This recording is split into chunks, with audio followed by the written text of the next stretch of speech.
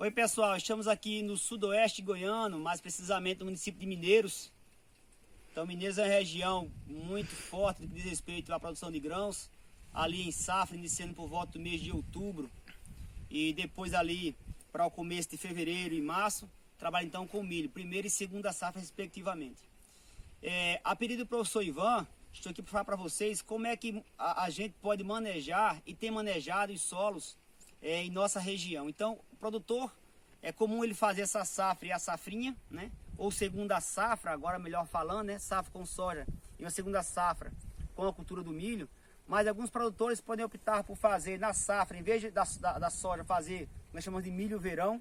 É uma planta bem mais produtiva. Aqui hoje nós temos uns tetos médios de produção de milho em torno de 150, 140 sacas. Mas esse milho, quando em verão, posicionado ali na primeira safra, você pode chegar aí tranquilamente a seus 200 sacas por hectare. Mas esse milho de segunda safra ele é um pouco menos produtivo, exatamente porque pega já uma janela pequena de água. Quando você não opta por fazer a segunda safra, seja que você fez na primeira safra soja ou milho, você pode optar por isso daqui, ó. Então nós chamamos de plantas de cobertura. As plantas de cobertura, elas têm uma série de alocações para você colocar. Desde você optar pela espécie que você vai colocar até as suas finalidades. Nesse sistema aqui, que tem aproximadamente 50 hectares, o produtor ele fez a safra, né? Fez a safra, e no segundo momento ele abriu mão de colher, então, digamos que o milho, né? Plantar milho, mas para dar uma renovada no seu solo como um todo, e aí dar sequência nas próximas águas que inicia então em outubro, como já coloquei. Nesse sistema aqui, o produtor ele trabalhou com nabo forrageiro. Vou colocar, aproxima aqui por favor, para observar aqui, ó. Então, olha, semeio na linha, tá? Então ele aplicou na linha tanto o nabo, como também a própria crotalária, ó. Então são as duas espécies que ele trabalhou. Essas plantas, ela automaticamente elas já abafam, ó. O abafar que eu falo, esse termo vulgar, é aquela ideia da competição das plantas daninhas com as plantas cultivadas pelo espaço.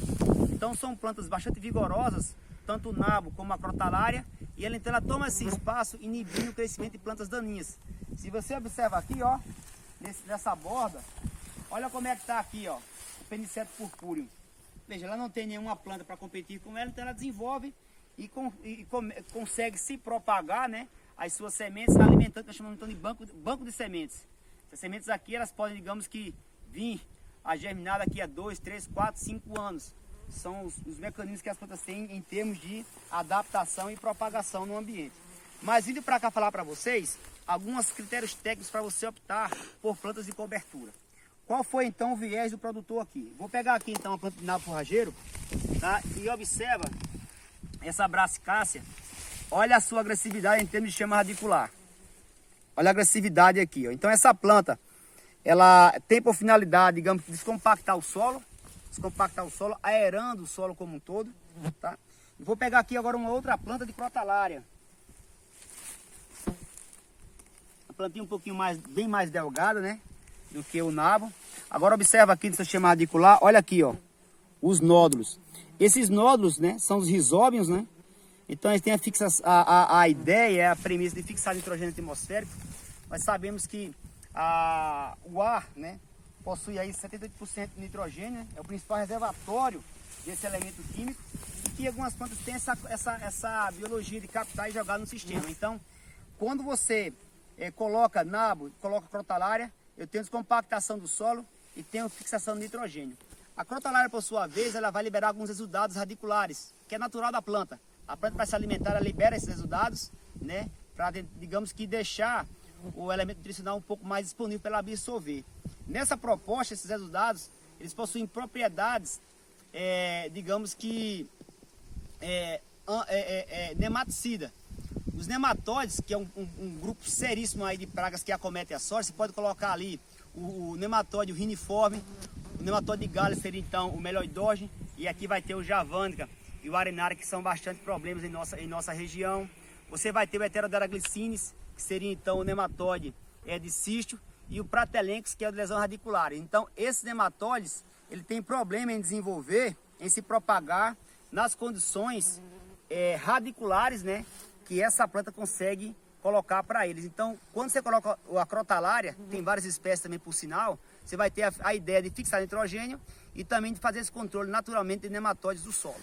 Então, isso são algumas colocações que a gente pode fazer. Uma outra observação que eu faço para vocês, gente, em termos da escolha da planta de cobertura que você deve fazer, essas plantas elas não podem ter o potencial de propagar algumas pragas para a cultura sucessiva.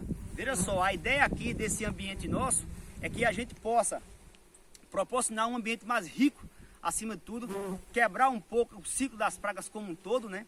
Mas aproxima aqui, por favor, ó. Você observa algumas pragas, como esse daqui, ó.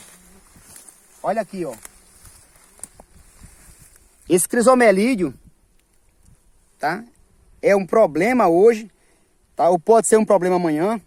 Veja que ele consegue desenvolver muito bem nessa brassicácea. Que mais aqui? É uma planta livre de patógeno, então assim, estaria tranquilo pra gente. Estive acompanhando, não sei se a gente vai ter a ideia de captar aqui para mostrar para vocês outros crisomelídeos, além desse. Os crisomelídeos, gente, são um grupo de vaquinhas, tá? As vaquinhas elas vão ter alguma finalidade, como na fase adulta, rendilhar as folhas. E na fase de lava, como esse daqui, esse que eu mostrei para vocês é o Astilus variegatus. Ele também na fase de lava, ele vai ser chamado também como... Aqui por favor, ó, filma aqui, ó. Esse aqui, ó, o Idiaminha ou capixaba. Ele já padeceu, né? Já morreu, mas cabe relatar para vocês. Ele também é um tipo de vaquinha. Aqui, ó, o Astilus variegatus, tá? Vocês podem observar. Ele na fase de lava vai ser então a lava angorá. Também é problema lá de que diz respeito à fase inicial da planta, ali um pouco antes da emergência. Você vai ter aqui o Idiaminha ou capixaba, que é o Lagra vilosa. E eu quero mostrar a vocês aqui um outro inseto. Aqui, ó. Peguei ele aqui, vem cá, por favor, ó. Que é o nosso Diabrótica especiosa. Saiu aqui. Mas vamos encontrar um outro aqui para mostrar para vocês. Então, assim, em resumo, o nabo forrageiro foi muito bem, né? Uma outra coisa, a planta tem que se adaptar, né? Às condições ambientais da tua região como um todo, tá? Mas o nabo forrageiro aqui pra gente, nós observamos que ela tem um potencial muito grande de aglomerar os crisomelídeos. Os crisomelídeos é problema pra gente aqui, tá? Então são algumas observações, é uma área que o produtor fez, que a gente vai estar então acompanhando, e sem dúvida alguma, quando começarmos aqui o plantio de soja, a gente já tem os dados da produção anterior dele, e vamos ver nesse manejo que ele fez aqui, quanto é que consegue de fato agregar. Aproxima aqui, por favor, Guilherme. Olha aqui, ó, tá vendo? Olha aí, né? Novamente o Lagra vilosa. Esse inseto aqui, ó, que já coloquei. E eu queria mostrar para vocês aqui o Diabrótica, mas não é comum. Um outro probleminha é isso aqui, ó, olha. Uma outra praga. Tá? As brásicas, de forma geral aí, tem problema com pulgão. Olha aqui, pulgão também, mas pulgão aqui, digamos que para focando soja, milho, não é tão problema, né? Inclusive o pulgão que ataca a brassicácea, o Bifidobacterium brassica, o Myzus pesca, não é o mesmo que acontece lá no milho, seria o Raphalacephalus maydis. Então, não tem muito a ver. Agora, esse crisomelídeo sim é problema, tá? Então, assim, vamos só fazer aqui um resumão bacana. O produtor optou por crotalária, a ideia de fixar nitrogênio, tá? Optou por nabo forrageiro, a proposta, digamos, que a gente trabalhar com a ideia de descompactação do solo. Observe também que essas plantas têm que se adaptar no ambiente, não se esquecem disso. Produzir essa biomassa, olha aqui que biomassa bacana, ó. Biomassa bacana. E o detalhe para vocês, quando eu falar em biomassa para vocês,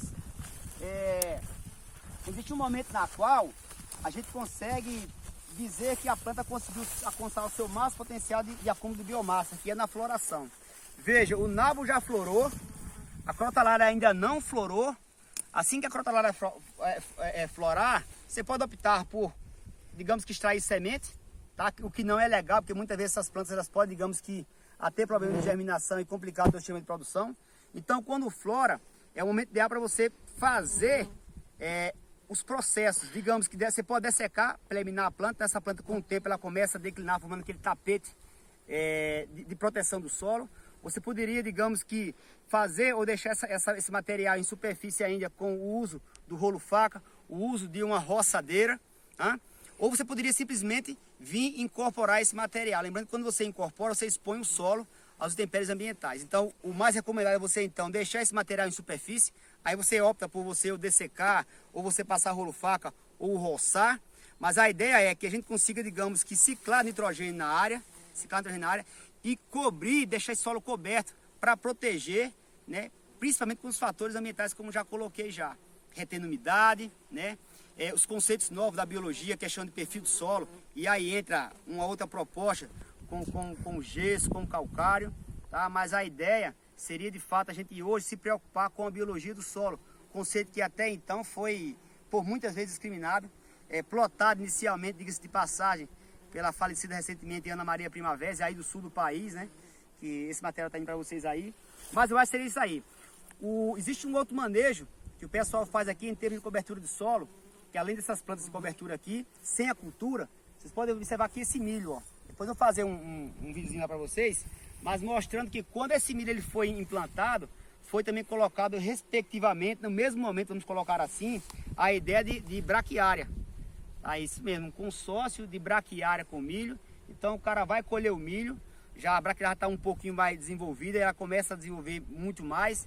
E após uns 2, 3 meses, ela consegue dar aí, digamos que uma boa palhada, pensando em cobertura de solo, mas pensando também até, quem sabe, na integração da pecuária junto com a lavoura. Isso é um outro sistema.